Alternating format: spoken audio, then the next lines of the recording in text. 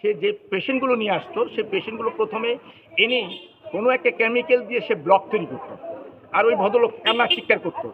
তখন এই কান্নার মানবিকতা দেখে মানুষ পরদিন কন্টেন্টে তাদের তাদের যে অ্যাকাউন্টগুলোতে টাকা পাঠানোর চেষ্টা করতো। দ্বিতীয়বারও সে ব্লক করতো যে তার চিকিৎসা লাগবে, সেখানেও 20-25 লাখ টাকা আসতো। একটা মানুষকে যে ব্লক করার পরে 2-3 বার কন্টেন্ট আপলোড করলে যে ডোনেশনগুলো আসতো, তার 1,82,00,000 ফলোয়ার 5টা পেজে। তো 20 টাকা করে আসলে আপনার 20টা ভিউ যদি হয়, 20 লাখ ভিউ যদি হয়, তা 40 লক্ষ টাকা চলে আসে। তার পিছনে কি আপনি 2 লাখ টাকা হসপিটালে অ্যাডমিট করে কি চিকিৎসা করাতে পারেন না? তাকে স্বাভাবিকভাবে সুস্থ করে, তার বিরুদ্ধে এখন বড় যেটা আপনাদের মাঝে আমার কিডনির জায়গাটা, 3 দিন পরে সে পেশেন্টটা হসপিটালে না নিয়ে আপনি এখানে কি চিকিৎসা দিচ্ছেন? সে বলে চিকিৎসা দেই না, আমি সেবা দিই, খাওয়াই দাওয়াই। তা খাওয়ায় দাওয়ায় ওই জায়গাটাকে ঘাটাকে আরো উদ্বুদ্ধ করে ব্লক তৈরি করে মানুষের কাছে টাকা এনে, সেটা তো ঠিক না। আর মিল্টন সমদ্দারের ব্যক্তি জীবনের যেটা আর্থিক যে নিজের ব্যক্তি, আমি 4 বছরের আগে যে মেসেজগুলো মানুষের সাথে সখ্যতা করে স্থানীয় মানুষের সাথে জানতে পারলাম, সে অভাবগ্রস্ত লোক ছিল। এখন তার প্রতি কার্টুন লাগে অরেঞ্জ সিগারেট, প্রতি 2200 টাকার দামে সে পরে, শার্ট পরে। তার ওয়াইফ একজন সাধারণ নার্স, সে নার্স এক্সিও গাড়ি নিয়ে সে হাসপাতালে যায়, তার একটা বডিগার্ড থাকতে হয়।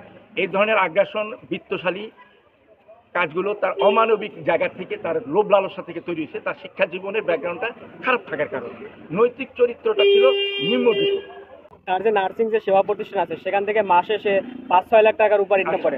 এখানে আমার একটা কোশ্চেন আছে যে 5-6 লাখ টাকা যদি কোশ্চেন, সে বলছে যে আমার কাছে 7 কোটি টাকা আমার ব্যাংক ব্যালেন্স হচ্ছে। একবার আপনাদের মাধ্যমে জানতে পারলাম 5-6 লাখ টাকা যে সে ডোনেট করে, বছরে 60 লক্ষ টাকা বা 72 লক্ষ 63 লক্ষ টাকা ডোনেট করে, তার তথ্য অনুযায়ী এই বিচলিত তথ্যের মধ্যে আপনারা ধরে নেবেন যে আপনি এক সময় অভাবগ্রস্ত ছিলেন, এই টাকাটা কোত্থেকে আসলো? তাহলে আপনি বৃদ্ধাশ্রম থেকে টাকাগুলো নিয়ে কি করেন? যদি সে বলছে তার যে একটা নার্সিং ব্যবসা প্রতিষ্ঠান আছে সেখানে একটা আপনি ধরেন, আমি জানার মতে তার এখানে 2-3টা মেয়ে কাজ করে। 6 লক্ষ টাকা যদি নার্সিং এর জায়গা দিতে হয়, তার এখানে যদি ডোনেট করতে হয়, তাহলে প্রতি নার্স থেকে তার 20,000 টাকা করে আদায় করতে হবে। 60টা নার্স লাগবে, তাকেও তো 10,000 টাকা দিতে হবে মাসে। সেই 10,000 টাকা নিল, তা 60টা নার্স তো নাই। আমরা আমাদের দেখার মধ্যে 40 থেকে 45টা টোটাল ভলান্টিয়ার সহ ছেলেপেলে আছে।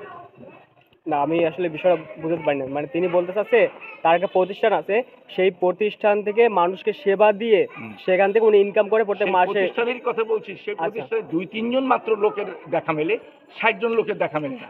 কোনো প্রতিষ্ঠান চালাতে হলে প্রতি মাসে 6 লক্ষ টাকা দিতে হলে 60 জন তার নার্স লাগবে। অনলাইনে সে বিভিন্ন হাউস সার্ভিসটা, হোম সার্ভিসটা দিবে, কিন্তু সে 60 জনের জন্য যে ট্রান্সপোর্ট দরকার, সেই ট্রান্সপোর্টটা কিন্তু তার ছিল, এখনও নয়। তার যে 5টা গাড়ি, তার মধ্যে 2টো পিক আপ, একটা এক্সিও আর 2টা মাইক্রোবাস, একটা অ্যাম্বুলেন্স, একটা মাইক্রোবাস, সদ্য যেটা ব্ল্যাক। সেখানেও সন্দেহান যে সে ব্ল্যাক মাইক্রোবাসটা দেখাচ্ছে 1 কোটি টাকার উপরে। আসলে কি এটা 1 কোটি টাকা দাম? এটা তাও না, এটা তো তদন্তকারী সংস্থা বের করবে। এটার সাথে সম্পর্ক যদি কারো থাকে, এই মিল্টন যে আগ্রাসন ভাব করতো, আমার জানা মতে যদি যে জন্য প্রশাসনিক শক্তি দেখাতো, দায়ী ক্ষমতা দেখাতো, স্থানীয় কেউ যদি জড়িত থাকে বা দূরের কেউ যদি কেউ যদি ক্ষমতাবান লোক থাকে, তাকেও আইনের আওতায় আনা উচিত, আমি মনে করি। কারণ তার উস্কানিতে এই ধরনের আগ্রাসন ভাবটা সে বেশি প্রেজেন্টেশন করে ফেলছে নিরীহ মানুষের।